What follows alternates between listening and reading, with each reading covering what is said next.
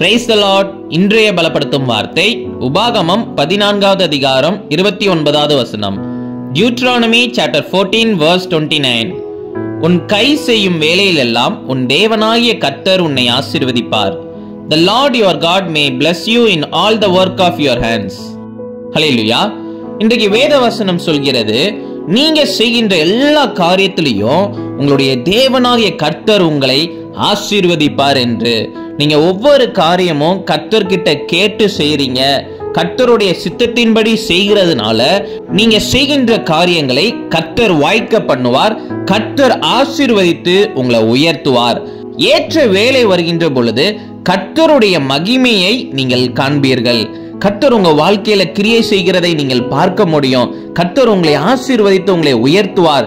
திடீரென்று எப்படி என்னுடைய வாழ்க்கையில் இவ்வளவு பெரிய உயர்வு வந்தது என்று நீங்க நினைப்பீங்க.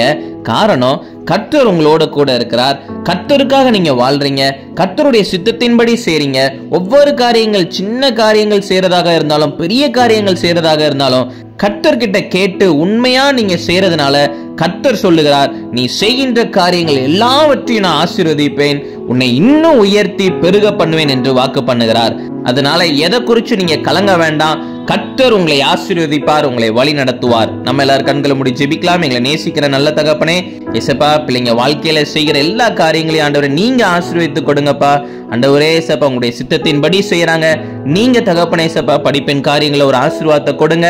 ஆண்டவரே தகப்பனே ஏசப்பா, அவங்க வேலை செய்யற காரியங்களையும் நீங்க ஆசீர்வதிங்க. ஆண்டவரே தகப்பனே ஏசப்பா, அவங்களுடைய தொழில் பிசினஸ் நீங்க ஆசீர்வதிச்சு கொடுங்கப்பா. நீங்க தகப்பனே ஏசப்பா, அவங்கள பெருக பண்ணுங்க, உயர்த்தி வைங்க. இயேசுவின் மூலம் ஜெபிக்கிறோம் எங்கள் ஜீவனுள்ள நல்ல பிதாவே. ஆமேன், ஆமேன், ஆமேன். கர்த்தர் நீங்க செய்கின்ற காரியங்கள் எல்லாவற்றையும் ஆசீர்வதித்து தருவார். God bless you. Have a blessed day.